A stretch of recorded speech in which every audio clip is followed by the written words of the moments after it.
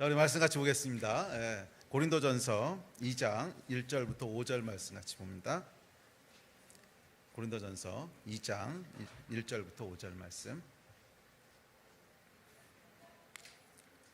우리 찾으셨으면 한 목소리로 1절부터 5절 읽습니다. 시작. 형제들아, 내가 너희에게 나아가 하나님의 증거를 전할 때에 말과 지혜의 아름다운 것으로 아니하였나니 내가 너희 중에서 예수 그리스도와 그의 십자가에 못 박히신 것 외에는 아무것도 알지 아니하기로 작정하였음이라. 내가 너희 가운데 거할 때에 약하고 두려워하고 심히 떨어노라. 내 말과 내 전도함이 설득력 있는 지혜의 말로 하지 아니하고 다만 성령의 나타나심과 능력으로 하여 너희 믿음이 사람의 지혜에 있지 아니하고 다만 하나님의 능력에 있게 하려 하였노라. 아멘. 설교자가 가장 설교하기 어렵게 만드는 본문입니다. 지혜와 설득력 있는 말로 할 필요가 없다는 거잖아요. 성령의 나타나심으로 해라. 이 말씀 준비하면서 저도 굉장히 많이 제 자신을 돌아보게 됐습니다. 그래서 이 설교하는 게 무슨 의미가 있나 하는 것도 많이 돌아보게 됐고, 또 제가 여러분들을 설득하려고 하는 것이 아닌가 하는 것도 하나님 앞에서 많이 돌아보게 됐고, 이 하나님의 일은 사람의 지혜와 사람의 말로 하는 것이 아닙니다. 그 안에 성령께서 일하시는 것이 있어야 그것이 하나님께서 하시는 일이 되는 것이지, 사람이 자기의 지혜와 자기의 어떤 능력과 말재주와 논리력과 이런 걸 가지고서 하나님의 일을 할 수 있는 게 아닙니다. 저는 여러분 가운데 이 하나님의 진리가 깊게 심기워졌으면 좋겠어요. 우리가 할 수 있는 인간의 어떤 노력으로 인간의 노력으로 하나님의 일을 행하는 것이 아닙니다. 그 안에는 물론 하나님께서 인간의 어떤 그런 것들을 사용하시죠. 우리의 말도 사용하시고 또 우리가 열심히 노력하고 또 헌신하는 것도 사용하시지만 그 안에 하나님의 영이 역사하시는 것이 있어야, 하나님께서 그 안에 친히 역사하시는 것이 있어야 비로소 그것이 영적인 영향력을 미치게 되는 줄로 믿습니다. 자, 우리가 이 영적 세계의 원리들이라는 제목을 가지고 오늘 이제 세 번째 말씀을 살펴보고 있는데, 이 물리적인 세계의 원리가 있듯이 영적인 세계에도 원리가 있습니다. 하나님께서 보이는 세계만을 창조하신 것이 아니라 보이는 세계와 보이지 않는 세계를 창조하셨습니다. 그래서 보이는 물질 세계에 우리가 잘 알고 있는 여러 가지 원리들이 있듯이 보이지 않는 세계에도 나름대로의 영적인 원리들이 있습니다. 예를 들어서 제가 지난주에도 말씀드렸지만 이걸 제가 이렇게 들고 있다 놓으면 어떻게 될까요? 이게 하늘로 올라간다고 생각하는 사람은 아무도 없습니다. 놓으면 떨어지지요. 왜 그렇습니까? 만유인력의 법칙이 있는 거잖아요. 이게 하늘로 올라갈 일은 절대로 없습니다. 밑으로 떨어집니다. 왜? 그게 물질 세계의 원리예요. 그렇게 하나님이 창조하신 거죠. 그래서 이 원리를 알고 있기 때문에 우리는 10층 아파트에서 뛰어내린다거나 이런 미련한 짓을 하지 않습니다. 뛰어내리면 어떻게 되겠어요? 당연히 거기 이렇게 둥둥 떠 있거나 위로 올라가지 않습니다. 뛰어내리고 밑으로 떨어진다고 하는 원리를 너무 잘 알고 있기 때문에 우리가 살 수 있는 거죠. 만약 그 원리를 모른다면 아마 굉장히 위험할 겁니다. 그래서 갓 태어난 아이들은 부모의 아주 섬세한 보호가 필요하죠. 이런 원리들을 전혀 모르기 때문에 그냥 아이들은 기어가다가 문이 열려 있으면 그 문 밖으로 떨어지기도 하고 또 썩은 음식을 먹기도 하고 탈이 나기도 하고 그렇습니다. 왜 그렇지요? 원리를 모르기 때문에 그런 거죠. 영적인 세계도 마찬가지입니다. 영적인 세계에도 동일한 원리가 있는데 우리가 영적인 어린아이면 그 원리를 모르죠. 몰라서 많은 실수들과 많은 시행착오들을 겪게 됩니다. 그래서 열심히 뭔가 하기는 하고 열심히 하나님 안에서 뭔가 해보려고는 하는데 별로 열매를 얻지 못합니다. 이것은 마치 이렇게 물살이 흐르고 있으면 그 물살을 거슬러 올라가려고 하면 아무리 애를 써도 별로 좋은 결과를 낼 수 없지만 반대로 물살을 타고 내려가면 굉장히 쉽게 먼 거리를 이동할 수 있죠. 그것도 왜 그래요? 그게 원래 자연세계의 원리야. 이와 마찬가지로 영적인 세계에도 원리가 있어요. 그래서 우리가 그 영적인 세계의 원리를 따라서 살아갈 때 훨씬 더 쉽게 더 많은 열매들을 맺게 되고, 그렇지 않고 영적인 원리를 무시하고 반대로 계속 물살을 거슬러 올라가면 열심히 여러분들이 살고 헌신하는 것에 비해서 많은 열매들을 얻지 못할 거예요. 그래서 여러분들이 영적인 원리를 아시고 그 원리를 쫓아서 많은 열매들을 맺게 되기를 축복합니다. 오늘 이제 세 번째, 네 번째 원리를 살펴볼 텐데, 첫 번째, 두 번째 원리는 여러분 기억나세요? 첫 번째 원리는 뭐였어요? 영은 하나 되게 한다는 거예요. 그리고 육은 나눈다는 거예요.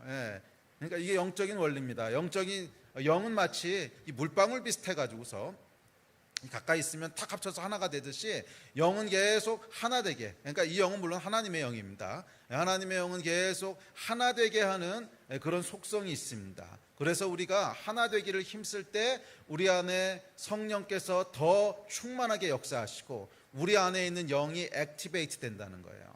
사람은 영만 있는 것이 아니라 영과 혼과 육이 있지요. 그래서 우리 안에는 보이는 세계 속에서 살아가도록 만드신 몸이 있고, 또 보이는 세계 속에서 우리가 생각하고 느끼고 의지적으로 결정할 수 있는 혼의 기능이 있죠. 이건 다 이제 보이는 세계에 속한 기능인데, 영은 전혀 다른 거라 그랬죠. 영은 전혀 다른 것입니다. 그것은 보이지 않는 세계에 속해 있는 기능인데, 자, 그래서 우리 안에는 이제 몸이 있고 혼이 있습니다. 그런데 이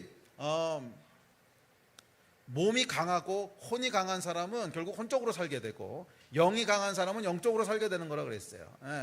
그래서 우리 안에 영을 계속해서 여러분들이 활성화시키시고 영으로 살아가는 것들을 계속 연습하시면 결국 여러분들이 영으로 살게 되는 것이고, 그렇지 않고 혼으로 사는 것을 계속 반복하시면 혼이 강해져서요 그냥 혼으로 살게 되는 거예요. 이 표현이 이상하다고 생각하시는 분들은 제 작전이 먹힌 겁니다.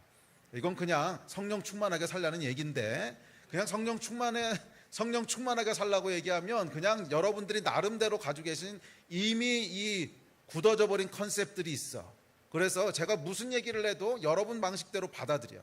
그래서 제가 이 컨셉을 깨려고 그냥 새로운 표현들을 애써서 계속 찾는 거예요. 그러니까 무슨 목사님이 이상한 표현하시 이렇게 생각했다면 할렐루야. 그래서 여러분들이 갖고 계신 방식대로 받아들이지 마시고 성경에서 얘기하는 것들을 새롭게 받아들이시라는 거예요. 우리 안에 잘못돼서 한번 굳어져 버리잖아요. 그럼 계속 그 방식대로 받아들이려고 해. 성령 충만, 그건 이런 거야. 교회 한 10년쯤 다니면요 성령 충만이라는 얘기를 아무리 많이 해도 성령 충만이 안 돼. 왜냐하면 성령 충만이라는 얘기가 너무 익숙해져 버린 데다가 자기 나름대로 해석 방법이 있어서 이미 보링해져 버렸어. 자, 그러신 분들은 하여간 우리 안에 있는 생각들을 좀 내려놓고 다시 한번 하나님께서 무슨 말씀을 하시는지를 프레쉬하게 들으시기를 주의 이름으로 축복합니다. 자, 다시 한번 혼이 강하면 어떻게 된다? 혼으로 사는 거고, 영이 강하면 어떻게 된다? 영으로 사는 거예요. 우리 몸도 마찬가지잖아. 이 혼이 강한 사람은 혼이 강한 걸 그 성경에서 뭐라 그래요? 절제의 은사라 그러지. 절제. 그러니까 우리 혼의 의지가 강해서 절제의 은사가 있는 사람은 육으로 살지 않고 우리 마음으로 또 혼으로 삽니다. 그러나 반대로 육이 강한 사람, 육체의 욕구라든지 육체의 어떤 감정이라든지, 감정은 혼의 기능이죠. 하여간 육체의 어떤 욕구가 훨씬 더 큰 사람은 이성 없는 짐승처럼 그냥 사는 거잖아. 이거는 육으로 사는 거죠. 그래서 육이 강한 사람은 육을 쫓아서 사는 거고, 혼이 강한 사람은 혼적으로 살듯이 영과 혼의 관계도 마찬가지라는 거예요. 우리 안에 영이 강력하면 영으로 살게 되는 것이고, 혼이 강력하면 혼으로 살게 되는 거예요. 그런데 영은 언제 강해진다? 하나 되려고 할 때 강해지는 것이고, 육은 언제 강해진다? 계속 나누어지면 그건 육이 강해지는 거예요. 그래서 여러분들이 정말 성령 충만하길 원하신다면 하나 되기를 힘쓰십시오. 이게 성령의 명령이잖아. 하나 되게 하신 것을 힘써 지키라 그러셨거든. 네, 두 번째 원리 기억나십니까? 혼은 이해하는 것이고 영은 믿는 것이다. 혼은 이해하는 것이고 영은 묻는 것이다. 그래서 계속 why를 믿는 사람은요, 그걸 묻는 사람은 결국 믿음에서 떨어지게 됩니다. 왜냐하면 우리가 살다 보면 이해할 수 없는 일들을 만나는 순간이 반드시 오거든. 하나님은 우리가 다 이해할 수 있는 분이 아니거든요. 우리보다 크신 분이시고 분명히 우리가 이해할 수 없는 부분이 분명히 있어요. 왜냐하면 하나님이 우리를 만드셨지 우리가 하나님을 만든 게 아니거든. 그 얘기는 하나님이 우리보다 크신 분이시기 때문에 우리는 반드시 이해할 수 없는 부분이 있어야만 해요. 그래야 그분이 우리를 만드신 신이지. 우리가 다 이해할 수 있다면 그 신을 우리가 만들었지 그 신이 우리를 만들었겠어요? 우리가 이해할 수 없는 파트가 반드시 존재한다는 거예요. 그래서 삶을 살다 보면 도저히 이해할 수 없는 일들을 만나게 됩니다. 의인의 고난을 만나기도 하고 경건한 자의 죽음을 만나기도 하고 이런 것들을 만나게 된다는 거예요. 그런데 그 순간에 계속 이해하려고 노력하는 사람은 어떻게 되겠어요? 결국 시험에 든다는 거예요. 결국 하나님을 이해할 수 없기 때문에 시험에 든다는 거야. 정말 하나님이 계신가? 정말 계시다면 어떻게 나한테 이러실 수가 있는가? 여러분, 혼적인 기능들을 계속 사용하면 혼은 이해하려고 하는 거거든. 끊임없이 why를 물어보는 거거든. 이 혼으로 살아가는 사람은요, 결국 평상시에는 잘 안 드러나. 평상시에는 뭐 성경도 많이 아는 것 같고, 평상시에는 뭐 그냥 멀쩡해요. 그런데 결정적인 순간이 왔을 때, 결정적인 순간, 그게 뭐야? 하나님을 이해할 수 없는 그 순간에 딱 왔을 때 거기서 어떻게 된다는 거예요? 넘어진다는 거예요. 넘어져 버린다는 거야. 그런데 영은 어떻게 반응하는 거예요? 영은 이해하려고 그러는 게 아니야. 영은 그냥 믿는 거야. 영은 그냥 믿는 거야. 하나님이 왜 그러신지 모르겠어. 그렇지만 믿으면 되잖아. 하나님이 다 생각이 있으시겠지. 안 그러세요? 하나님이 아무 계획 없이 우리에게 그런 일을 하셨겠어요? 여전히 하나님은 살아계십니다. 여전히 하나님은 선하십니다. 여전히 하나님은 실수가 없으십니다. 이것을 믿는 게 영이에요. 그래서 우리가 이 믿음을 가지고 사는 사람은, 그래서 가장 영적인 것은 믿음으로 사는 건데, 이 믿음을 가지고 사는 사람은 결국 계속 영이 강해지게 돼 있어요. 그래서 오히려 이해할 수 없는 그런 어려운 상황을 만날 때 오히려 우리의 영이 더 강해지고 점프를 하게 돼요. 왜? 그 순간이 믿음이 발휘되는 순간이니까. 뭐 이해할 수 있는 일들 가운데 살아가면 믿음이 설 자리가 어디 있어? 전부 다 이해하고 끝나면 되지. 뭐 믿음이 뭐가 필요해요? 전부 다 이해하고 전부 다 이해할 수 있고 모든 게 다 오케이인데 거기에 믿음이라고 하는 게 설 자리가 어디 있어? 전혀 없지요. 이런 상황에서는 영적인 성장이 일어나지 않습니다. 제가 30몇 년 신앙생활하고 20년 목회하면서 보니까 영적인 성장이 일어나는 때는 분명해요. 그것은 이해할 수 없는 상황에 처했을 때야. 억울하다고 생각될 때고, 왜 하나님께서 나에게 왜 이런 일을 행하시는지 모르겠는 때고, 이때가 뭐냐면 우리 안에 비로소 영이 액티베이트 되는 때예요. 비로소 우리가 믿음이라고 하는 걸 발휘해야 될 때라는 거야. 그리고 거기서 발휘되는 믿음을 통해서 하나님께서 우리 안에 영적인 성장들을 이루어 가십니다. 이게 우리 두 번째 살펴봤던 영적인 원리죠.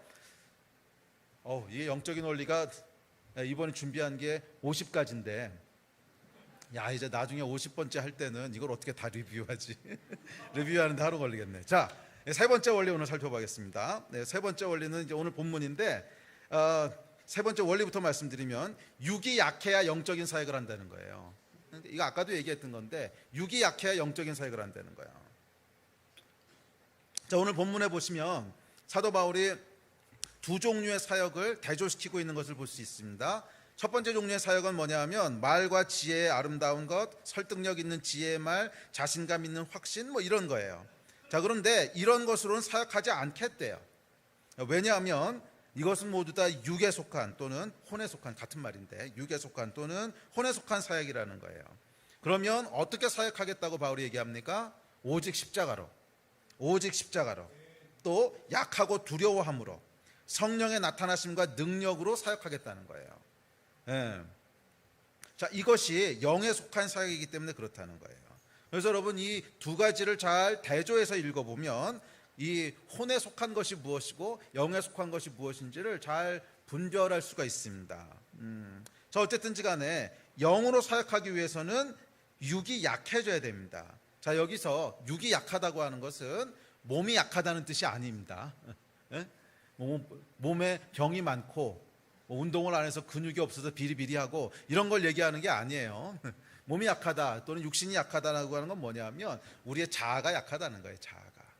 우리 안에 이 혼의 기능들, 자아의 기능이 있잖아. 자아. 이 자아가 약해야 영적인 사역을 하지. 자아가 죽어야 영적인 사역을 하지. 자아가 강하고 자아가 살아있어서 자기의 감정이 강하고 자기의 의지가 강하고 자기의 생각이 강하고 이러면요 이게 영의 사역을 하기가 어렵다는 거예요. 이건 그냥 혼의 사역을 하게 돼 있다는 거예요. 그래서 영적인 사역, 영적인 삶을 살기 위해서는 뭐가 약해야 돼요? 육이 약해야 돼요. 육이. 육, 즉 우리의 자아가 약해야 돼요. 그래서 성경에서 뭐라 그랬어요? 예수님께서 누구든지 나를 따르려거든 자기를 부인하고 나를 따르라 그러잖아. 자기를 부인하고 나를 따르라고 했거든. 자, 세상에는 여러분 두 종류의 길, 두 종류의 삶이 있습니다. 그것은 방금 말씀드렸듯이 육을 따라서 육으로 사는 삶이 있고요, 영을 따라서 영으로 사는 삶이 있습니다. 로마서 8장에 보면 이 두 가지를 이렇게 비교해서 설명합니다. 로마서 8장 우리 같이 읽어봅시다. 시작. 육신을 따르지 않고 그 영을 따라 행하는 우리에게 율법의 요구가 이루어지게 하려 하심이니라. 육신을 따르는 자는 육신의 일을, 영을 따르는 자는 영의 일을 생각하나니 육신의 생각은 사망이요 영의 생각은 생명과 평안이니라. 육신의 생각은 하나님과 원수가 되나니 이는 하나님의 법에 굴복하지 아니할 뿐 아니라 할 수도 없음이라. 육신에 있는 자들은 하나님을 기쁘시게 할 수 없느니라. 그러므로 형제들아, 우리가 빚진 자로 돼 육신에게 져서 육신대로 살 것이 아니니라. 너희가 육신대로 살면 반드시 죽을 것이로되 영으로서 몸의 행실을 죽이면 살리니 무릇 하나님의 영으로 인도함을 받는 사람은 곧 하나님의 아들이라. 예. 자, 여기 보면 육신을 따라 사는 삶과 영을 따라 사는 삶을 대조시킵니다. 영을 따라 살면 율법의 요구, 즉 하나님의 말씀이 이루어진다는 거예요. 이게 4절이지요. 네. 그러나 육신을 따라 살면 어떻게 된다는 거예요? 7절에 보면 하나님과 원수가 된다는 거예요. 육신을 따라 살면 7절에 보면 하나님의 법에 굴복할 수 없다는 거예요. 또한 영을 따라 살면 어떻게 됩니까? 그 안에 생명과 평안이 있다는 거예요. 생명과 평안이 있다는 거예요. 6절이죠. 그러나 육을 따라 살면 어떻게 된다는 거예요? 그 끝에는 사망이라는 거예요. 6절에 사는 말씀 그대로 얘기하는 겁니다. 육을 따라 사는 삶은 하나님을 기쁘시게 할 수 없습니다. 8절. 그러나 영을 따라 살면 하나님의 아들이라고 얘기하고 있습니다. 14절. 자, 이 극명하게 대조되는 두 가지 길이 있습니다. 영을 따라 사는 것과 육을 따라 사는 것이 있어요. 자, 앞서 얘기했지만 여기서 육 또는 육신이라고 하는 것은 우리의 자아를 얘기하는 겁니다. 자아를. 우리의 혼, 우리의 자아. 자, 우리 지난주에도 얘기했지만 우리의 혼 또는 우리의 자아는요, 영의 지배 아래, 다스리심 아래 있어야 정상적으로 작동하도록 그렇게 지음을 받았어요. 원래 하나님이 우리를 창조하실 때 영의 다스리심 아래 혼이 놓여 있고 혼의 다스림 아래 육이 놓여 있는 것이 올바른 질서로 그렇게 만드셨어요. 예. 그래서 중세의 그 유명한 철학자이자 신학자였던 토마스 아퀴나스가 구원이 뭐냐? 구원은 영혼 육의 질서가 바로 잡히는 거다. 예, 그렇게 얘기했어요. 예. 타락은 뭐냐? 타락은 영혼 육의 질서가 거꾸로 된 거다. 그래서 육이 가장 세고, 예, 그다음에 혼은 육을 쫓아서 살고 영은 그냥 혼 밑에서 찍소리도 못하고 있고, 이게 이제 타락이고, 구원은 뭐라 그랬어요? 구원은 이 질서가 바로 잡히는 거다. 영, 혼, 육의 질서가. 이제 토마스 아퀴나스가 했던 얘기인데, 자, 하여간 이 질서 속에서 우리의 혼이 제대로 작동되도록 그렇게 이제 하나님께서 만드셨어요. 자, 그런데 육신이 영의 다스리심을 벗어나서 육신이 원하는 대로 살면 어떻게 된다는 거예요? 죽는다는 거예요. 예. 죽는다고 하는 건 영적인 영원한 죽음을 얘기합니다. 죽는다는 거예요. 예. 이 하나님과 원수가 된다는 거예요. 로마서 8장 13절. 자, 시작. 너희가 육신대로 살면 반드시 죽을 것이로되 영으로서 몸의 행실을 죽이면 살리니. 자, 무슨 말이에요? 결국 영이 우리 몸, 그러니까 혼과 육을 다스려서 영의 의지대로 살게 해야 우리가 결국 산다는 거예요. 그렇지 않고 우리 안에 있는 자아의 원하는 대로 마음대로 살게 하면 결국 반드시 어떻게 된다는 거예요? 죽는다는 거예요. 자, 왜냐하면 영의 영향력을 벗어난 혼은 그저 보이는 세계, 이 땅의 것만을 인지하고, 그래서 이 땅의 것만을 추구하기 때문에 그래요. 우리 다음 주에 이것도 살펴볼 텐데, 이 혼의 기능은요, 영의 세계를 인지하는 기능이 아닙니다. 보이지 않는 세계하고 소통할 수 있는 기능이 아니에요. 하나님께서 우리를 만드실 때 보이는 세계와 보이지 않는 세계에 함께 속하도록 만드셨기 때문에 보이는 세계와 소통하기 위한 기관들을 만드셨고, 보이지 않는 세계와 소통하는 기관들을 만드셨다 그랬죠. 그래서 보이는 세계와 소통하는 기관 중에 뭐가 있는 거예요? 우리의 눈, 코, 입, 목 이런 지각기관들이 있고, 또 우리 안에 지정의가 있고, 그 지정이라고 하는 건 우리 뇌에서 일어나는 이 전기 신호와 호르몬 신호인데, 하여간 이것들은 다 보이는 세계 속에서 작동하도록 만든 거란 말이야. 그래서 우리 안에 있는 자아와 이 혼은요, 그냥 보이는 세계와 소통하기 위해서 만들어진 것이지 영의 세계와 소통하도록 만들어진 게 아니에요. 그래서 영의 세계로부터 독립돼서 그냥 혼이 원하는 대로 살면 반드시 어떻게 돼 있어요? 보이는 것만을 추구하게 돼 있어요. 왜? 그것밖에 못하니까. 뭐 혼을 하나님 잘못 만드신 게 아니야. 원래 영의 컨트롤 아래 영이 보이지 않는 세계에 대해서 알고 인지하고 그 원리에 대해서 이야기를 하면 혼은 그냥 그렇게 따라가도록 만들어진 건데, 이 혼이 그냥 독립을 선언해가지고 자기 마음대로 보이는 세계 것을 추구하고 살겠다. 그럼 뭐 하나님하고 상관없이 사는 거지. 그래서 요한 1서에 보면 이렇게 얘기합니다. 요한 1서 2장 16절 시작. 이는 세상에 있는 모든 것이 육신의 정욕과 안목의 정욕과 이생의 자랑이니 다 아버지께로부터 온 것이 아니요 세상으로부터 온 것이라. 이게 여러분 우리의 자아, 혼이 추구하는 거라는 거예요. 육신의 정욕과 안목의 정욕과 이생의 자랑. 뭐 보이는 세계 속에서 여러분 이것저것을 추구하고 만족을 얻어봐야 무슨 만족이 있겠어.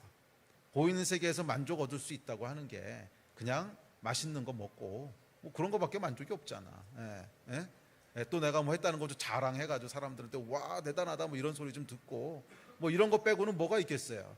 보이는 세계 속에서 우리에게 만족을 줄 수 있는 것은 그냥 이런 것들이라는 거야. 욕심, 내가 먹고 싶은 거 맛있는 거 먹었어, 내가 돈 많이 벌어서 사고 싶은 거 샀어, 사람들한테 자랑하니까 사람들이 대단하다 그래줘, 칭찬받아, 또 권력이 있어서 사람들을 내 마음대로 부릴 수 있어. 뭐 이런 거 말고는 별로 만족을 줄 수 있는 게 없다는 거야. 그래서 뭐라 그랬어요? 육신의 정욕과 안목의 정욕과 이생의 자랑, 이런 거밖에 없다는 거예요. 자, 이것은 다 하나님께로부터 온 것이 아닙니다. 자, 이것은 세상으로부터 온 것이죠. 자, 이런 것들로는 하나님을 기쁘시게 할 수 없다 그랬어요. 로마서 8장 8절. 그러면 어떻게 해야 됩니까? 영으로서 몸의 행실을 죽여야 한다는 거예요. 로마서 8장 13절.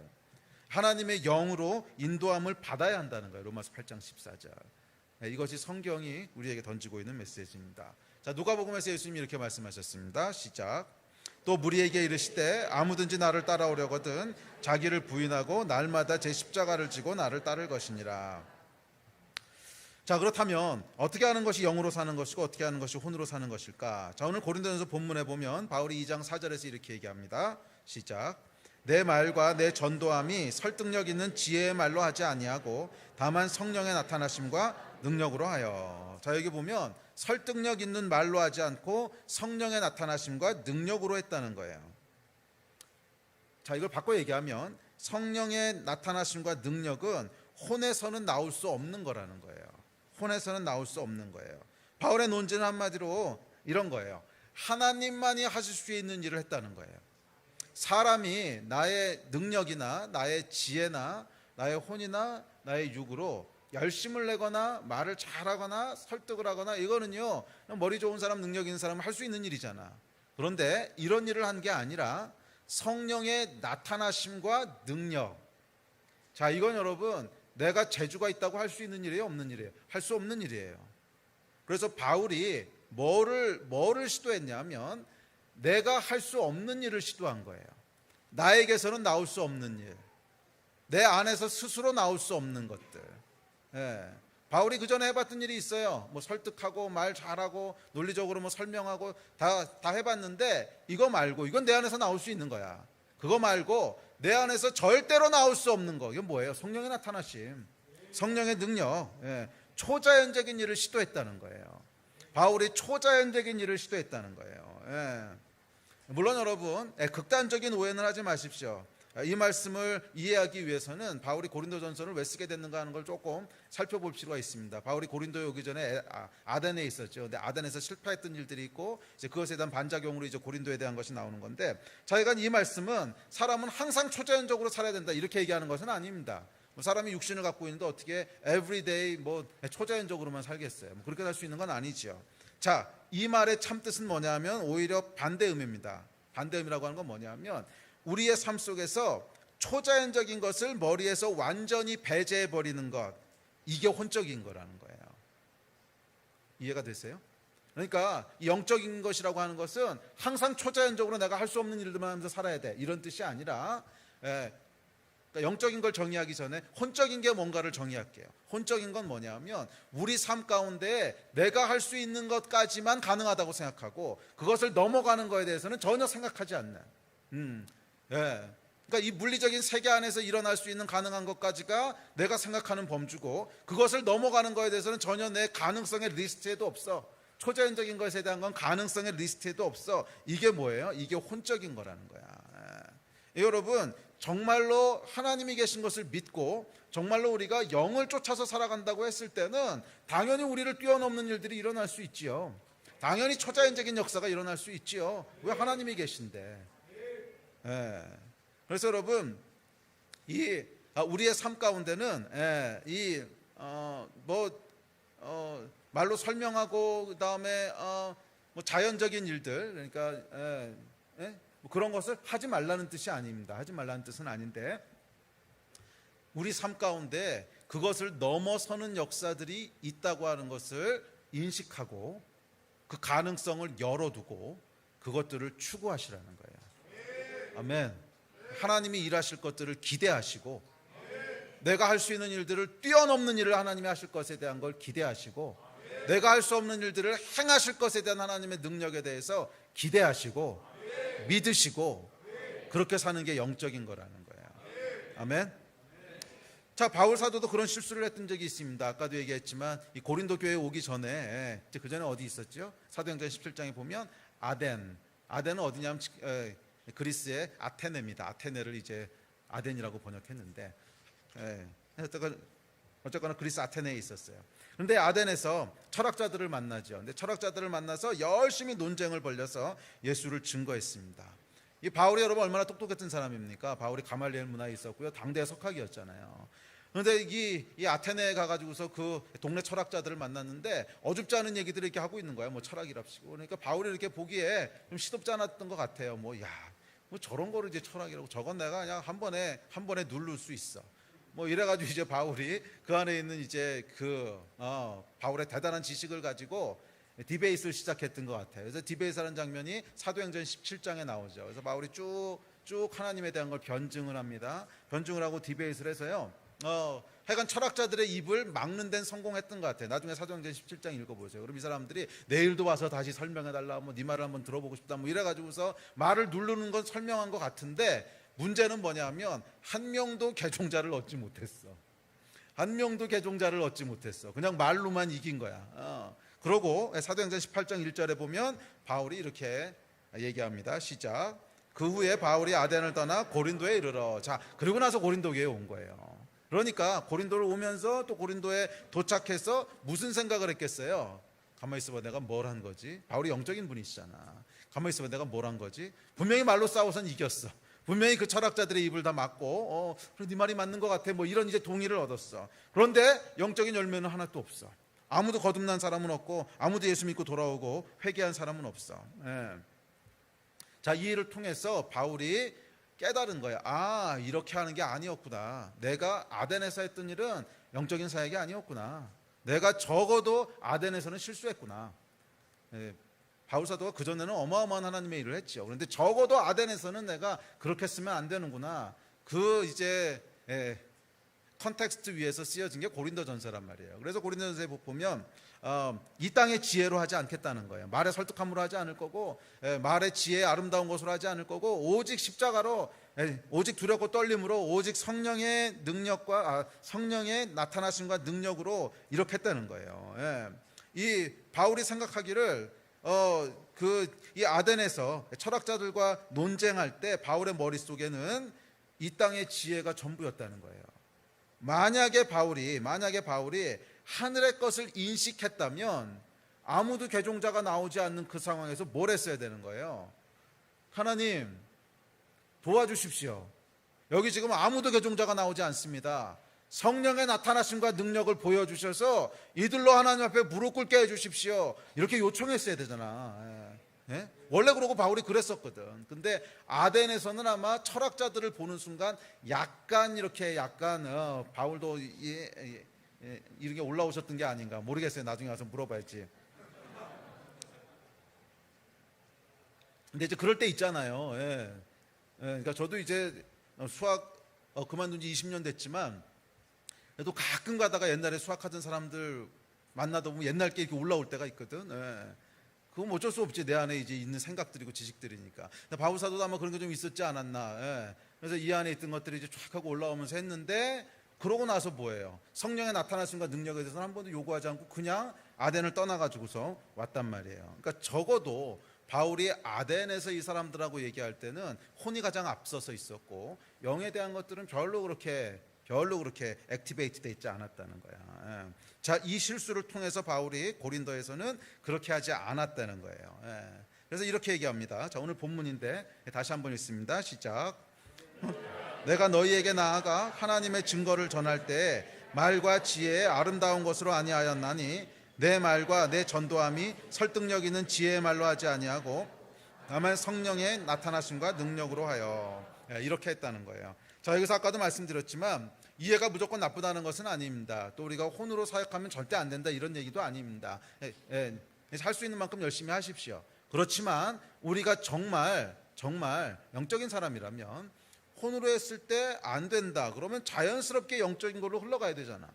우리가 할 수 있는 게, 내가 노력해서 할 수 있는 게 끝이 아니잖아. 그것을 넘어서는 게 있잖아. 우리 안에 성령께서 가시고 우리에게 하나님이 계신데 여기까지가 존재하는 것의 끝이 아니라고.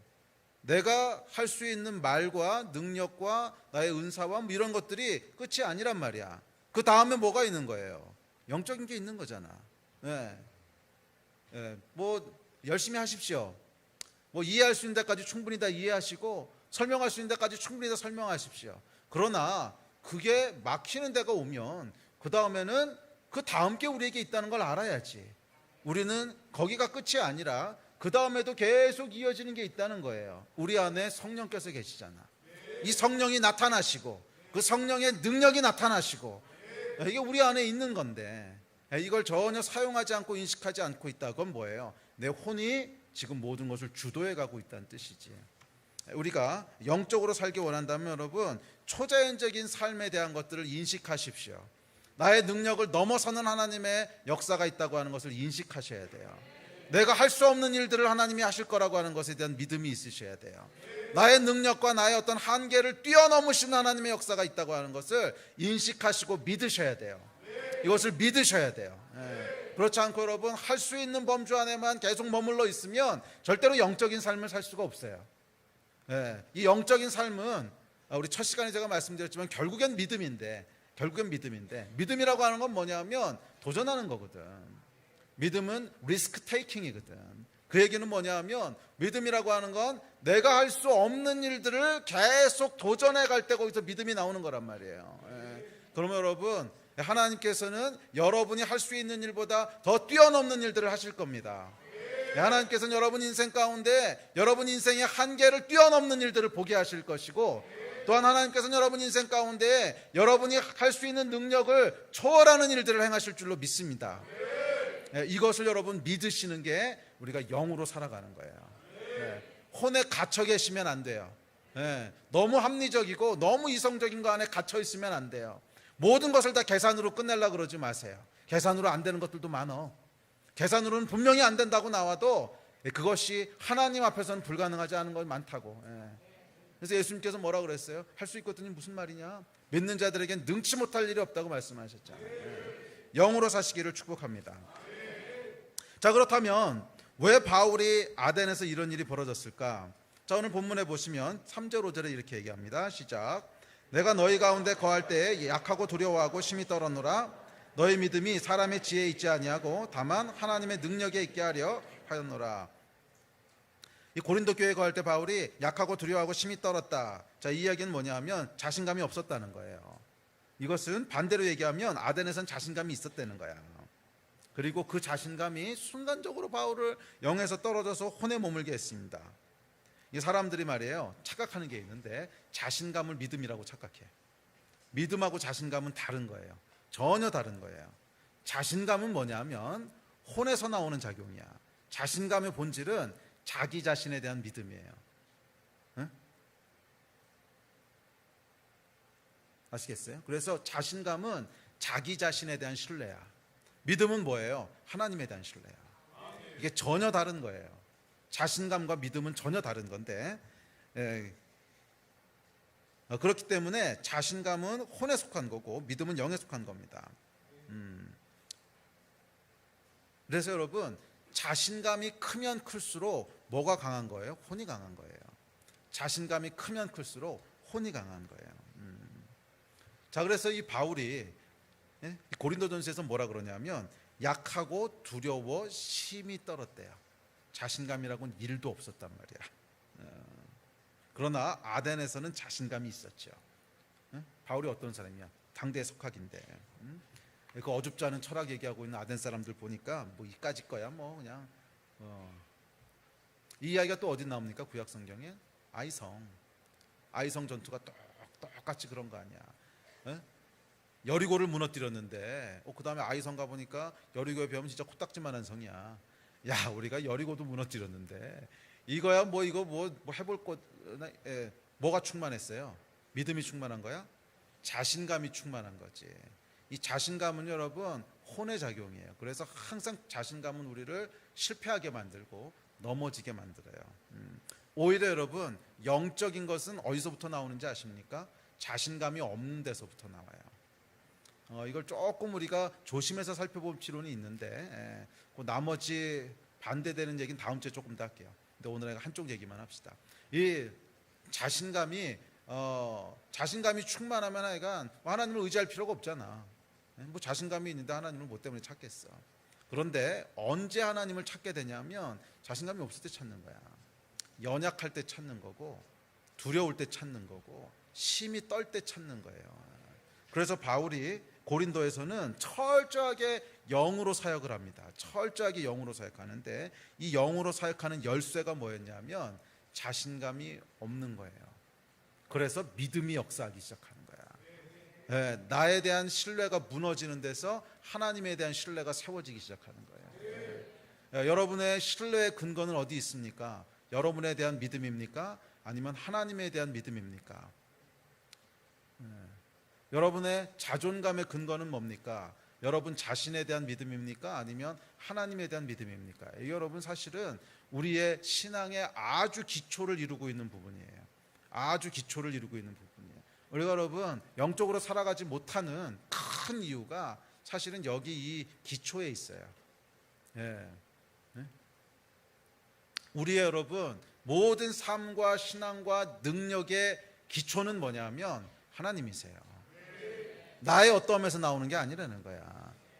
나의 어떠함에서 나오는 게 아니라는 거야. 내가 능력이 많아서 일을 하는 것도 아니고 내가 자격이 있어서 일을 하는 것도 아니고 능력이 많다고 생각했던 바울은 아덴에서 실패하고 넘어지고 끝났어.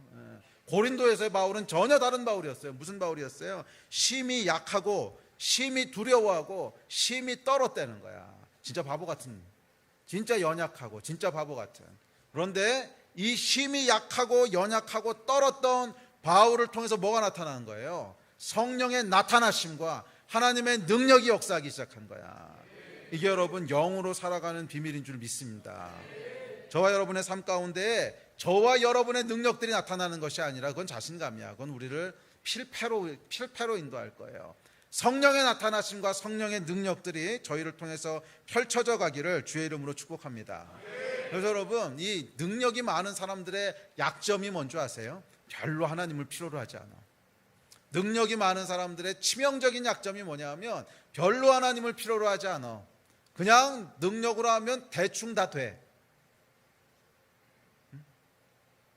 여기는 아무도 내 얘기 아니야 이런 표정으로 계시네. 그러면 할렐루야고. 근데 능력이 많은 사람들은요 진짜 이 치명적인 약점들을 가지고 있어요. 자기 능력으로 하면 대충 다 되는 거야. 인생에서도 별로 실패해본 경험도 없고 또 교회 안에서도 뭐 칭찬받고 잘하고 뭐 교회 안에서도 별로 특별히 실패해본 적도 없고. 이 치명적인 약점이 뭐냐면 하나님을 구할 필요가 별로 없어.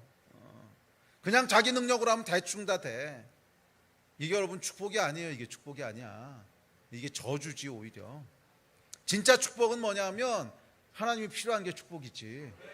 진짜 축복은 내 인생 하나님 없으시면 안 됩니다. 나는 하나님 없으면 약하고 두려워하고 심히 떠는 존재입니다. 이거를 인식하는 게 진짜 축복이에요. 전 여러분의 삶 가운데 이 영적인 축복이 날마다 더 풍성하기를 주의 이름으로 축원합니다. 여기 보면 또 그러신 분들이 있을 거예요. 반대로 목사님 그건 걱정 안 하셔도 돼요. 저는 워낙 약하기 때문에. 자, 이분들은 다음 주에 봅시다. 이거는 오늘 다 할 수는 없고. 그것도 똑같이 자기에 대한 신뢰인데. 네. 자, 그래서 여러분 이 자신감과 믿음은요 다른 거예요. 다른 거고 이 자신감과 믿음은 그 결과도 상이하게 나타납니다. 결과도 전혀 다르게 나타나요. 자신감으로 일하는 사람은 그 열매를 자기의 공으로 취합니다. 내가 그래도 이런 일을 해. 지식은 교만하게 하며. 혼으로 작동한 거는요 결국 사람을 교만하게 하고 다 자기가 했다고 얘기해요. 자신감은 우리를 교만으로 인도합니다. 그러나 믿음으로 일한 사람은 다릅니다. 왜냐하면 믿음은 내가 할 수 없는 일을 한 거거든. 믿음은 내가 할 수 없는 일을 한 거야. 그래서 거기서 나오는 열매는 알아요. 이건 내가 할 수 없는 거야. 내가 내 주제를 알아. 이건 내가 할 수 없는 거야. 그래서 이 하나님 앞에 건방을 떨지 않습니다. 왜? 내가 할 수 없는 걸 아니까. 이거는 100% 하나님이 해주신 일이고 이거는 100% 성령께서 행하신 일이지 내가 할 수 있는 일이 아니야. 믿음으로 행한 사람은요 그 결과에 있어서도 절대로 하나님 앞에 교만하게 굴지 않습니다. 절대로 하나님 앞에 건방을 떨지 않습니다. 내가 그래도 이만큼 했어. 일단 태도 없다는 거예요. 그런데 자신감으로 한 사람은요 반드시 이 태도가 그 안에 있습니다. 아무리 감추려고 해도 그 태도가 결국 있어요. 이건 얘가 무엇으로 행했느냐 하는 것에 의해서 결정되는 것이기 때문에 자신감으로 행해놓고서 하나님이 다 하셨죠 이렇게 할 수 있는 게 아니라는 거야. 말은 그렇게 해요. 왜? 이제 머리 좋은 사람들은 어떻게 비헤이비어를 해야 사람들로부터 이 눈치들이 있거든. 눈치들이 있기 때문에 뭐 해놓고서 이거 봐요 내가 했어요. 이건 이제 하수고 진짜 머리 좋은 사람들은 이제 해가지고 열매가 나오잖아요. 그럼 하나님이 하셨죠 이렇게 얘기한단 말이야. 그런데 그 마음 깊은 곳에 진짜 뭐가 있냐고. 깊은 곳에 뭐가 있냐고. 그래도 내가 이만큼 했어. 그래도 나는 이런 사람이야. 이거 여러분 안 하려고 해도 계속 나오는 거 아세요? 나도 다 경험해 본 얘기야. 안 하려고 한다고 돼? 안 되지.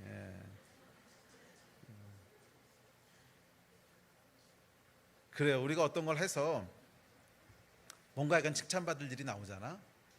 그럼 사람은 말이에요 반드시 뭐가 올라오냐면 내가 잘했어. 내가 이만큼 했어. 이게 여러분 안 하려고 그래도 안 돼요. 나 하나님이 하셨죠. 말로는 그렇게 하지. 이 위선자들. 솔직히 까놓고 얘기해봐. 안 그러냐고. 형남이가 제일 많이 동의하는 것 같은데 그치? 마음속에 올라오지. 너만 그런 게 아니라 나도 그래. 이게 다 위선자들이란 말이야. 그런데 이게 진짜로 안 올라올 때가 있어요. 진짜로 안 올라올 때가 있어. 근데 그건 언제인 줄 아세요? 내가 도저히 할 수 없는 일이란 걸 알고 있을 때. 이건 내가 도저히 할 수 있는 일이 아니야. 내가 그걸 알아. 그런데 그냥 하나님께서 주시는 감동이 있어서 믿음으로 질르긴 했지만 이게 안 될 거라고 하는 걸 내가 알아. 그런데 그냥 성령이 주시는 감동 때문에 믿음으로 한 거야. 그런데 뭐가 됐어? 그때는요 깊은 곳으로부터 아무것도 안 올라와요. 하나님이 하셨지. 그럼 이거 하나님이 하셨지. 이걸 내가 어떻게 하냐. 그러니까 여러분 이게 결과가 나온 다음에 태도를 취하는 게 아니야. 결과가 나온 다음에 태도는요 바꿀 수 없어. 그럼 뭘 바꿔야 되는 거예요? 처음에 그 일을 할 때가 중요한 거야. 자신감에서 하는 거냐 아니면 믿음으로 하는 거냐. 그것에 의해서 나중 태도도 그냥 따라오게 돼 있어요. 믿음으로 사셔야 돼요.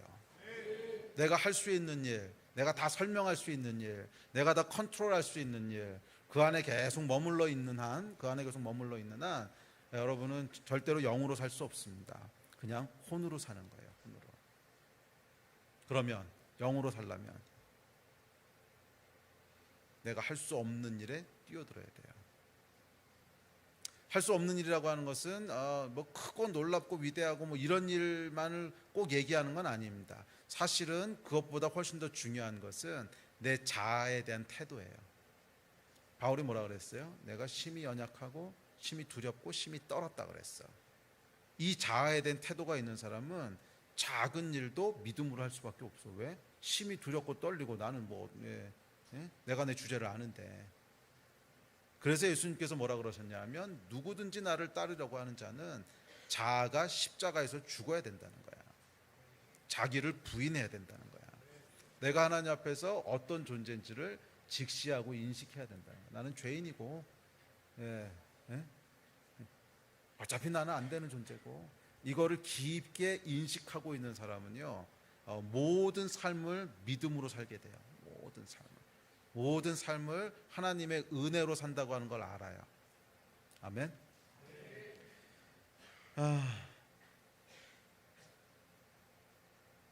자, 그런 사람들은 그래서 결과가 나왔을 때도 누가복음 17장 10절처럼 고백합니다. 우리 다음 구절 시작.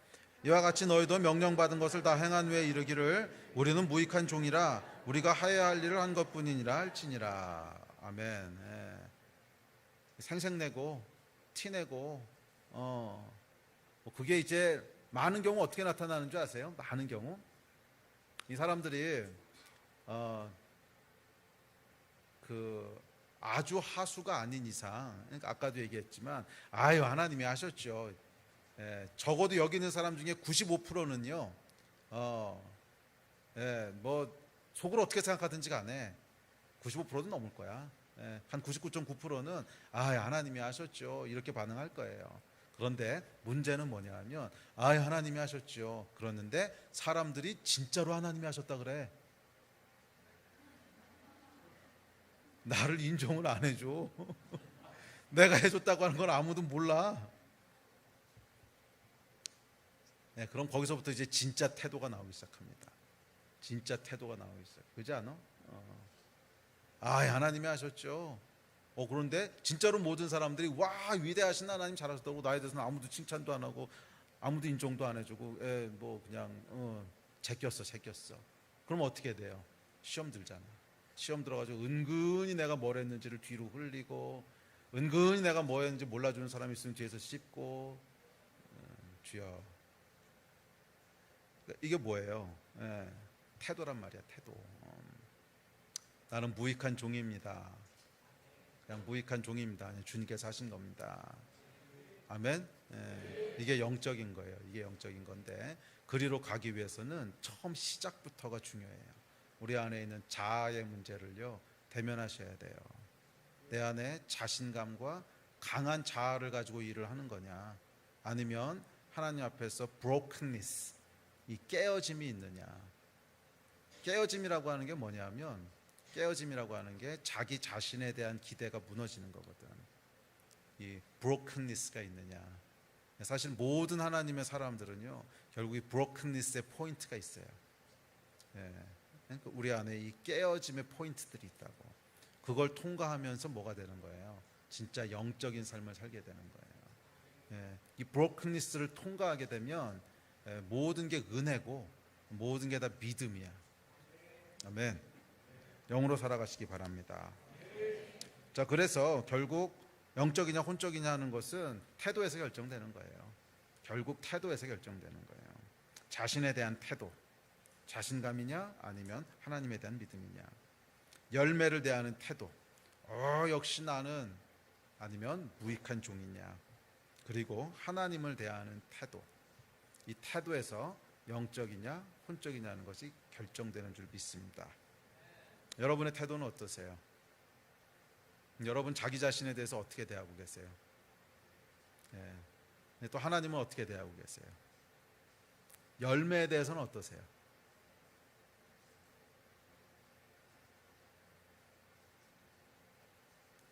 근데 아마 여러분 진짜 속이지 말고 솔직하게 얘기하시면 그래도 내가 참 그래도 참 난 기특하고 사람들이 좀 알아줬으면 좋겠고. 응? 네가 다 올라오지 않아? 상철 점수 안 올라와? 많이 올라오지. 그래서 목사님이 이제 몰라주고 이렇게 무시하고 넘어가면 좀 서운하고 그러지.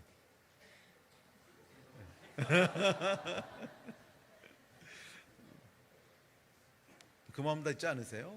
저도 굉장히 많아요. 저도 뭔가 했을 때 뭔가 좋은 결과가 나오고 뭔가 칭찬받고 싶은 일이 생기고 그럼 제 안에서 이게 쓱 이렇게 올라와요. 오, 성준이 잘했네. 그런데 아무도 몰라주면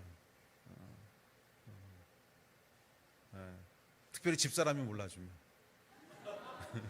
굉장히 마음이 상하지. 굉장히 마음이 상하고. 네? 뭐요? 아멘. 그렇게 마음이 막 상한단 말이에요. 그러니까 이게 뭐예요? 결국 자신감에서 행했던 일이라는 거야. 내 혼으로 행했던 일이라는 거야.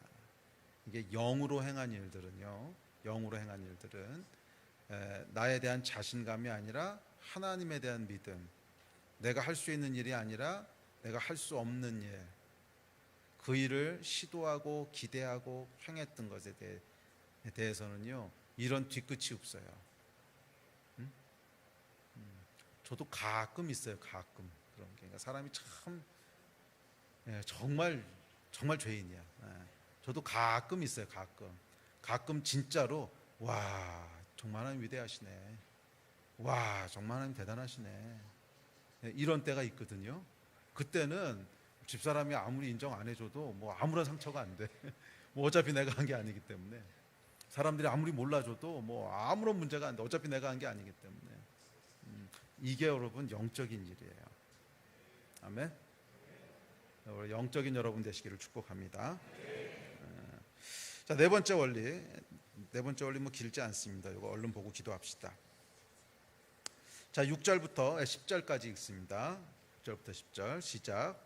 그러나 우리가 온전한 자들 중에서는 지혜를 말하노니 이는 이 세상의 지혜가 아니요 또 이 세상에서 없어질 통치자들의 지혜도 아니요 오직 은밀한 가운데 있는 하나님의 지혜를 말하는 것으로서 곧 감추어졌던 것인데 하나님이 우리의 영광을 위하여 만세전에 미리 정하신 것이라. 이 지혜는 이 세대 통치자들이 한 사람도 알지 못하였나니 만일 알았더라면 영광의 주를 십자가에 못 박지 아니하셨으리라. 기록된 바 하나님이 자기를 사랑하는 자들을 위하여 예비하신 모든 것은 눈으로 보지 못하고 귀로 듣지 못하고 사람의 마음으로 생각하지도 못하였다 함과 같으니라. 오직 하나님이 성령으로 이것을 우리에게 보이셨으니 성령은 모든 것 곧 하나님의 깊은 것까지도 통달하시느니라. 아멘. 자, 네 번째 원리는요. 세상 지혜가 아니라 하늘의 지혜로 사역하라는 거예요. 바울은 설득력 있는 지혜의 말로 하지 않고 성령이 나타나심을 했다고 하는데 사실은 말을 전혀 안 했다고 하진 않았습니다.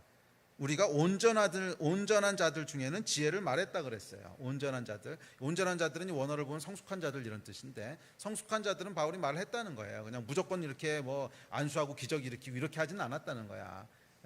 말이 필요할 땐 했다고 기록하고 있습니다. 그래서 항상 뭐 초자연적인 것을 추구하고 이런 뜻은 아니었어요. 분명히 바울이 온전한 자들 중에는 지혜로 말했다고 하니까. 그런데 이 지혜가 세상 지혜가 아니라 하늘의 지혜였다는 거야. 하늘의 지혜로 얘기했다는 거야. 두 가지 지혜가 있습니다. 혼에서 나오는 세상 지혜가 있고 영에서 위로부터 임하는 하나님의 지혜가 있습니다.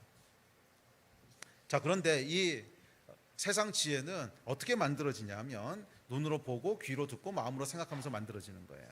그렇죠, 여러분. 지혜라고 하는 게 다 듣고 보고 생각해서 얻은 지식들에서부터 나오는 거잖아. 그러니까 지혜는 여기서부터 만들어진다는 거예요. 자, 그런데 하늘의 지혜는 그것이 만들어진 통로가 다르다는 거예요. 눈으로 보고 귀로 듣고 마음으로 생각해서 만들어지는 것이 아니라 내 안에 계신 성령께서 주시는 것에 의해서 만들어진다는 거예요. 내 안에 계신 성령께서. 자, 2장 9절에 이렇게 얘기합니다. 자, 시작. 기록된 바 하나님이 자기를 사랑하는 자들을 위하여 예비하신 모든 것은 눈으로 보지 못하고 귀로 듣지 못하고 사람의 마음으로 생각하지도 못하였다 함과 같으니라. 자, 10절 시작. 오직 하나님이 성령으로 이것을 우리에게 보이셨으니 성령은 모든 것 곧 하나님의 깊은 것까지도 통달하시느니라. 그래서 이 하나님이 예비하신 것은 눈으로 보지 못하고 귀로 듣지 못하고 사람의 마음으로 생각하지 못한다는 거예요. 그럼 어떻게 해요? 우리 안에 계신 성령께서 우리에게 보이시고 성령께서 가르쳐 주신 거라는 거예요. 자, 이것을 여러분 바꿔 말하면 우리가 영으로 살지 못하는 이유는 눈으로 보고 귀로 듣고 그것을 가지고 마음으로 생각하는 것에 매여 있기 때문에 그렇다는 거예요. 눈으로 보고 귀로 듣고 마음으로 생각하는 것에 매여 있기 때문에 영적인 것을 알 수 없다는 거예요. 자, 여러분, 혼으로 사는 것과 육으로 사는 것이 어떻게 다르냐 하면, 혼으로 사는 것은요, 본 것, 들은 것에 반응해서 사는 거예요. 본 것, 들은 것에 반응해서 사는 거예요. 영으로 사는 것은 밖에서부터 보여지고 밖에서부터 들려지는 것에 의해서 사는 게 아니야. 영으로 사는 것은요, 내 안에서부터 사는 거예요. 내 안에 누가 계세요? 성령님. 내 안에서 보여주시는 분, 내 안에서 말씀하시는 분, 이것에 의해서 살아가는 거예요. 여러분에게 도전합니다. 여러분은 무엇에 의해서 생각하시고 무엇에 의해서 반응하십니까? 육신의 눈으로 보고 육신의 귀로 들은 것에 반응하시면서 행동하십니까? 아니면 안에서부터 들리는, 안에서부터 보여주시는 내 하나님, 내 성령님, 그분께서 보여주시고 그분께서 말씀하시는 것에 의해서 움직이십니까? 무엇에 의해서 반응하세요? 여러분의 감정을 움직이게 하는 건 뭐고, 여러분의 의지를 발동해서 결정하게 하는 건 뭡니까? 조용한 아침에 주님 앞에 나가서 무릎을 꿇고 두 눈을 감고 그곳에서부터 들려지는 목소리, 내 안에서부터 말씀하시는 성령님의 음성, 내 안에서부터 주시는 성령님의 확신, 내 안에서부터 보여주시는 성령님의 비전, 그것이 여러분의 하루를 움직이게 하고 여러분의 마음을 기쁘게 하고 여러분의 마음을 들뜨게 하고 내가 무엇을 해야 될지를 알려주고 밀고 가는 진짜 파워입니까? 아니면 바쁘게 돌아가는, 세상에서 바쁘게 돌아가는 상황들과 뉴스와 사람들의 소리와 밖에서부터 보여지고 밖에서부터 들려지는 이것이 여러분의 마음을 움직이고 여러분의 삶을 밀고 가는 진짜 파워입니까? 무엇에 의해서 사세요? 영으로 살아간다고 하는 것은 뭐냐 하면 밖에서 주어지는 그것을 보고 들으면서 살아가는 게 아니에요. 그것은 참고가 될 수 있지만 우리를 진짜 움직이게 하는 건 뭐냐 하면 내 안에서부터 들려지는, 성령께서 내 안에서부터 말씀하시는, 성령께서 내 안에서 보여주시고 성령께서 내 안에 들려주시는 이 내적인 것으로부터 살아가는 거예요. 이 삶이 여러분들에게 있으십니까? 그렇다면 여러분 영적으로 살아가시는 겁니다.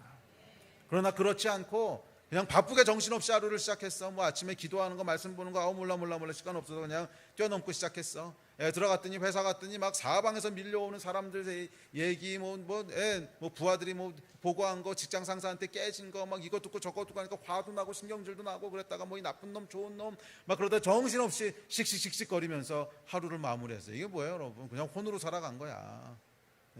보이는 것에 의해서 살아간 거고, 들리는 것에 의해서 살아간 거고. 이렇게 해서는 여러분 혼적인 삶을 벗어날 수 없다는 거예요. 영적인 삶은 우리가 보는 것, 듣는 것에 의해서 살아가는 것이 아니에요. 눈에 보이는 것이 없어도, 귀에 들리는 것이 없어도 내 안에서 말씀하시는 분, 내 안에서 보여주시는 분, 내 안에 거하시는 분, 내 안에 거하시는 성령 하나님, 그분께서 말씀하시고 보여주시는 것에 의해서 그것에 의해서 내가 느끼고 그것에 의해서 내가 반응하고 그것에 의해서 내가 결정하고, 이것이 여러분 영적인 삶인 줄로 믿습니다. 그래서 이 영적인 삶을 살아가는 사람들은요, 밖에서 보이는 것이 아무리 절망스럽게 보여도 그것에 의해서 흔들리지 않습니다. 밖에서 보이는 것이 아무리 억울하게 들려도 그것에 의해서 분노하거나 화내지 않습니다. 밖에서 들려지는 것에 의해서 억울해하거나 밖에서 보여지는 것에 의해서 절망하거나, 이건 무슨 뜻이에요? 내가 지금 혼으로 살고 있다는 뜻이야. 내가 지금 혼으로 살고 있다는 뜻이야. 보여지는 것, 들려지는 것에서 살고 있다는 뜻이라고. 영으로 살아가는 사람들은 밖에서 보여지는 아무리 절망스러워도, 밖에서 들려지는 아무리 것이 혼돈스럽고 아무리 억울하고 거기에 대해서 움직이지 않아요. 미동도 하지 않습니다. 왜? 나에게 진짜로 말씀하시는 분은 이걸로 들리는 게 아니고, 나에게 진짜로 보여주시는 분은 이걸로 보여주시는 분이 아니라 내 안에서 역사하시는 성령님이시라는 거야. 내 안에서 말씀하시는 분이시고 내 안에서 보여주시는 분이시고 이것이 진짜 나의 실체고 이것이 진짜 나의 아이덴티티고 이것이 진짜 나를 향한 하나님의 말씀이라는 거야. 이것에 의해서 살아가는 것이 영적으로 살아가는 것인 줄 믿습니다. 우리 예배팀 나오십시오. 여러분 무엇을 보고 있습니까? 육의 눈으로 보이는 것에 집중하고 계십니까? 무엇을 듣고 계십니까? 육의 귀로 들리는 것을 듣고 계십니까? 아니면 여러분 내면에서 속에서부터 들리는 성령님의 음성에 귀 기울이고 계십니까? 무엇이 여러분에게 더 크게 들립니까? 무엇이 여러분의 삶을 끌고 가고 있습니까? 영으로 사신 여러분 되시기를 축복합니다. 또한 여러분의 태도는 어떻습니까? 자신감입니까? 아니면 믿음입니까? 사실은 그 뒤에 이어지는 태도들은요, 여기서 다 결정된다고 그랬어요. 여러분에 대한 믿음, 나에 대한 믿음, 내가 가지고 있는 것에 대한 믿음, 내가 성취한 것에 대한 믿음, 이 믿음에 의해서 움직이십니까? 그렇다면 여러분 이것은 혼을 벗어날 수 없어요. 오히려 바울은 우리의 자아가 무너지는, 우리의 자아가 브로큰니스를 경험하는, 그 깨어지는, 거기로부터 하나님에 대한 믿음을 보기 시작합니다. 내가 할 수 없는 일들, 나의 능력을 뛰어넘는 일들, 이 믿음으로 사셔야 돼요. 이 믿음으로 사셔야 돼요. 그럴 때 우리가 영으로 살아가는 삶이 될 줄 믿습니다. 우리 같이 좀 일어나서 기도합시다.